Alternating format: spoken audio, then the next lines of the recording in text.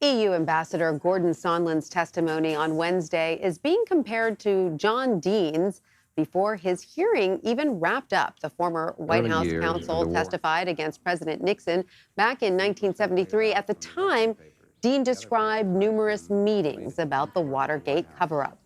Dean addressed the comparison last night. And I saw it was trending on Twitter today when I was sitting on the set that this was a John Dean moment or a full John Dean, and I didn't see it exactly that way. There was also another term from Watergate that was frequently used called a modified limited hangout, and What's a modified limited hangout? I'm going to explain that. That's where you just give enough to really lay out what's going on, but don't over-implicate yourself or anybody else. This was an Ehrlichman term, and I think we saw more of a modified limited hangout than a really full-blown expose, as I felt I had to do when I testified. So for more on this, I want to bring in Thomas Whelan. He's a professor at Boston University. Welcome, Professor Whelan. Thank you for joining us. My pleasure. For those who are not as familiar with Watergate, explain what John Dean's role was and what impacts his testimony had back in 1973. Well, he was the White House counsel to President Nixon, and he testified before the Watergate Committee and kind of lifted the veil on the secrecy and revealed the inner workings of what was a criminal conspiracy and showed how President Nixon, despite his own public protests, was directly involved in a massive criminal cover-up. And so he was sort of on the president's team revealing the inner workings of it. Is that right? That's right. And just like Sondland did yesterday, he implicated, the top members of the Trump administration, including the vice president. So then how would you say John Dean's testimony compared to Gordon Sondland's yesterday? We heard John Dean himself say that it wasn't a super great comparison, but how would you characterize it? Well, it's like the old saying, history might not repeat itself, but it sometimes rhymes. And, what Sondland did was kind of expand the scope of the investigation to include President Trump and to show basically that he had a working awareness, or if he didn't, then it would be a complete improbability.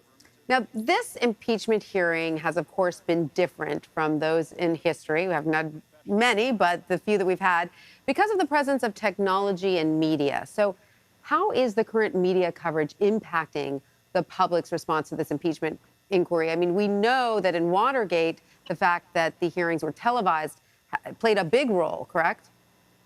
That's right, but there was only 3 television networks at the time, and you didn't have an MSNBC or you didn't have a Fox News. And that's the advantage I think President Trump has right now. Fox News is firmly behind him for the most part.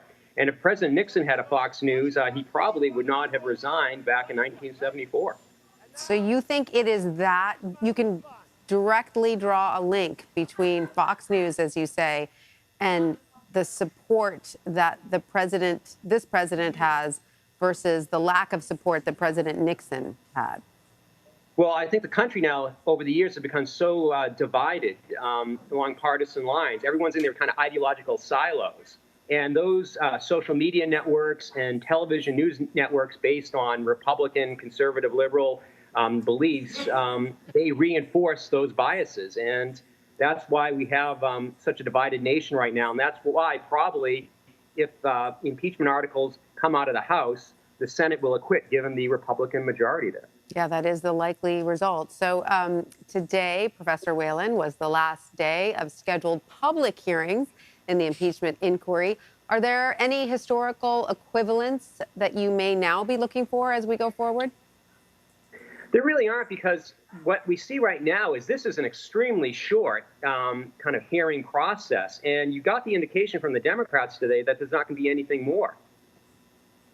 So you think it's likely, based on how you've seen the hearings proceed, that Democrats will vote to impeach, it will go to the Senate, and the trial will exonerate the president?